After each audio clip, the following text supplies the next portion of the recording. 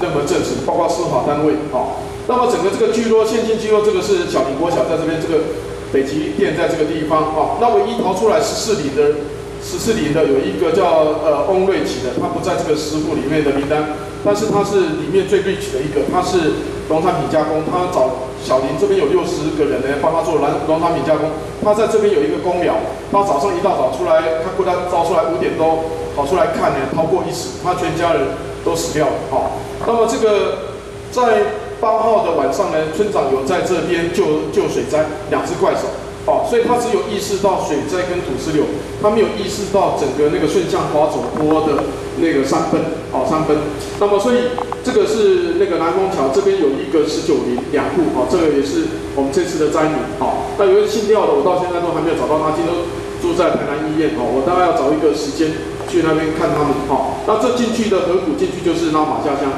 所以整个现象呢是从7号8号的水灾开始，到后来的土石流，这边有一个第8林的，唯一不是9林的啊，这个在山坡上面，在对面的山坡，这个他这个8号的时候就刚看到的那个房子，就水灾土石流，所以他先逃出去了，好，那么所以那个是一个警讯，好，那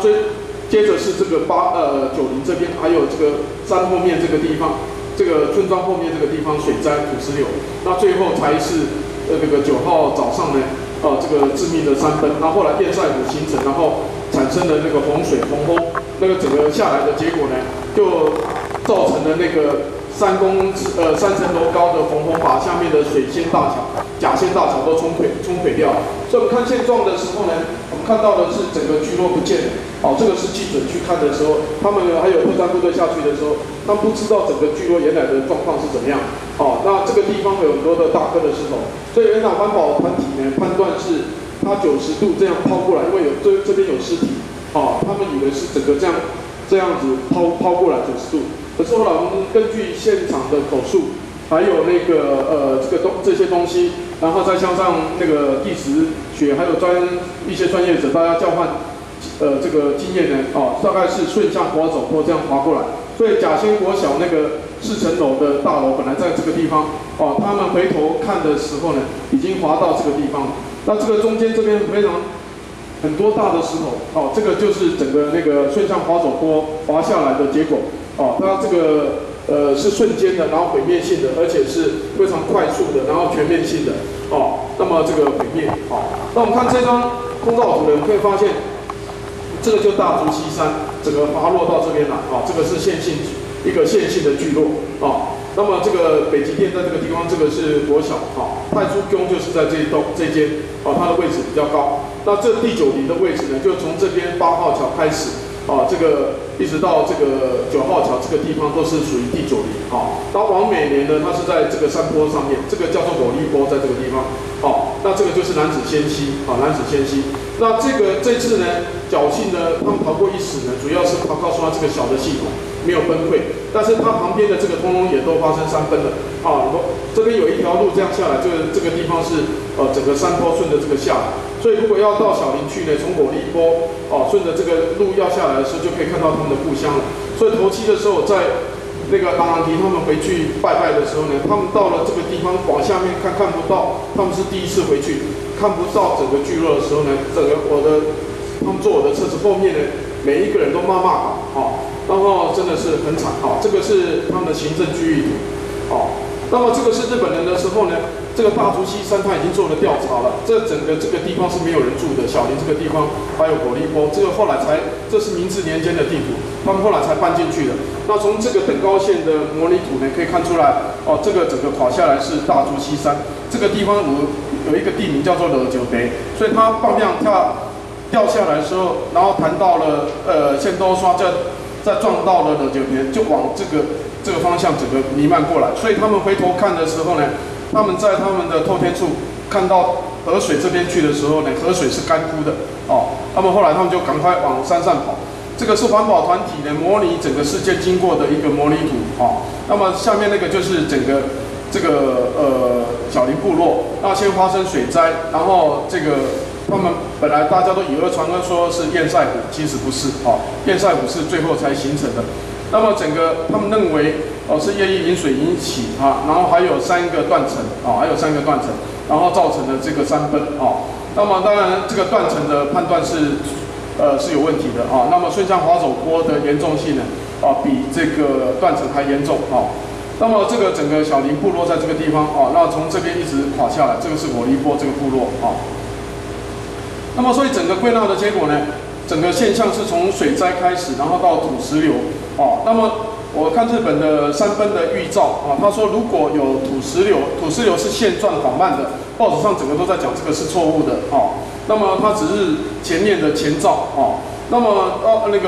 那像第9里那边开始会淹水的时候呢，下面的水非常多，而且到腰肌，后来这个黄金宝先生呢，整个房子被淹没的时候呢，那个时候是半夜3点钟，这个时候是一个，如果我们有山崩的概念的时候呢，这个是一个预兆所以每次在小林的人只去世一次，可是我每次在做他们口述历史回去在打字，然后都半夜在那边弄的时候呢，我不断的在处理。不断的在经历他们灭村的经过所以有时候我的情绪都受不了那么这种致命快速的山崩才是整个而且这次新开部落也是这个，然后整个拉玛夏乡那边也是这个，那到现在为止已经1个多月了，但是我们没有在讨论山崩这个问题，还有对策，那土石流都有，那个小林的村长有在处理水灾跟土石流那么整个他7号8号都忙进忙出的，他呢整个村没电他去抢救那个电线杆在火力波那边，然后他也去抢通路，然后又下来去抢救9林这边的淹水，后来又抢救18林那边的淹水，一直到下午3点钟7点钟，然后有2只怪手在那边，后来全部都是死亡那么到最后的堰塞湖才形成，还有这个洪流所以这个呢是整个事件的5个自然现象里面最重要的是快速致命的山崩，而且我跟几个地理系的台大的老师，还有地理系的高师大地理系陈大那边讨论呢这个以后会不断的再发生。那么所以我们看这个就是从狗力波下来，这边是第8号桥在这个地方，然后本来这个是一个小溪流，后来就变成大溪流，那这个是中间的那个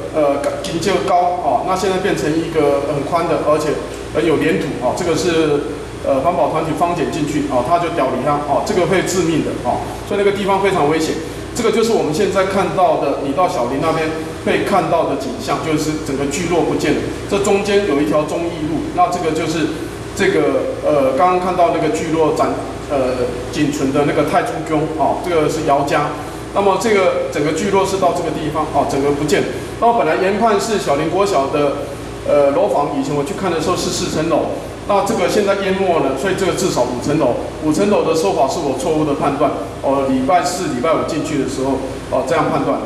可是后来记者都在重复我这个说法但都从来没有去测量或者是测绘或者是那个研究过像下面的情况那么这真的是很奇怪。那这个是新开这另外一个新开有28个人致命那么这个他的乡代会的主席他8号晚上也在这边处理水灾跟土石流，2只怪手那么轰隆轰隆的整个也是掉下来，瞬间掉到这个老龙溪所以28户在这边，28个人在这边瞬间就罹难了那只有在这边找到4具，1000多个阿兵哥来这边挖找到4具尸体在这个地方所以这个瞬间的山崩呢比土石流还致命那么整个最严重的就是这种石头，这个是整个破碎的地形，它是阿里山山脉的余脉，以前是古海岸地区，整个都是这种石头。这个我是2005年的时候拍摄的整个山上都是这种石头那么这个水一捏，水一冲，手一捏，太阳一晒，它就会裂开这是非常非常那个破碎的那个砾石层